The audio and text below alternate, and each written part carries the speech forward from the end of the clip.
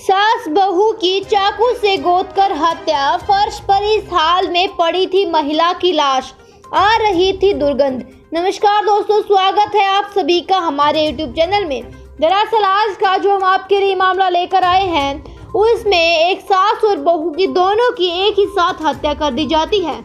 दरअसल यह मामला उत्तर पूर्वी दिल्ली के वेलकम इलाके का है, जहां पर गली नंबर 12 सुभाष पार्क के करीब रहने वाला एक परिवार, जिसमें एक औरत विमला देवी नाम की रहती थी, जिसकी उम्र 75 साल थी।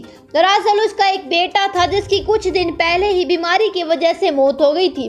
उसकी बहू, जिसका नाम डोली राय था, उसकी उम्र 48 साल थी और डोली के दो बेटे थे, जिनमें से एक शशांक था जिसकी उम्र 27 साल थी और दूसरा सार्थक था जिसकी उम्र 24 साल थी।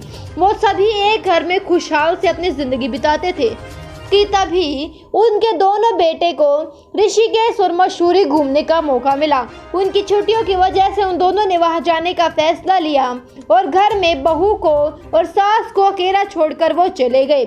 सूचना के मुताबिक बताया जा रहा है कि परिवार का पूजा की सामग्री को लेने देने का बिजनेस था। दरअसल उनके घर में 4 मंजिलें थी, जिसमें ग्राउंड फ्लोर पर उसकी बहू डोली और उसके दोनों बेटे रहते थे। फर्स्ट फ्लोर पर विमला देवी रहती थी और बचे 2 ऊपर के फ्लोरों पर पूजा का काम चलता था। बताया गया कि उनका बिजनेस भी अच्छा खासा चल ही रहा था।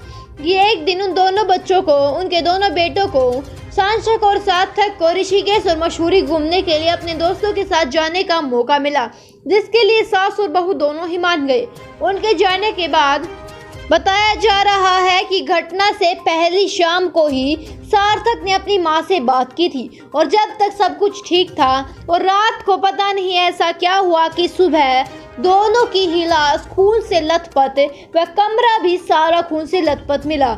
दरअसल बताया गया है कि डोली की लाश ग्राउंड फ्लोर पर मिली, जहां पर बहुत सारा खून बिखरा हुआ था, और साथ ही साथ में उसकी सास की लाश फर्स्ट फ्लोर पर मिली और उनका एक घर का कुत्ता जो वहां पर उनका पालतू था, उसे भी ग्राउंड फ्लोर पर किसी कमरे में ही बंद किया गया, जिसके चलते पुलिस ने बताया कि यह जरूर ही किसी जान पहचान वाले लोग का काम है।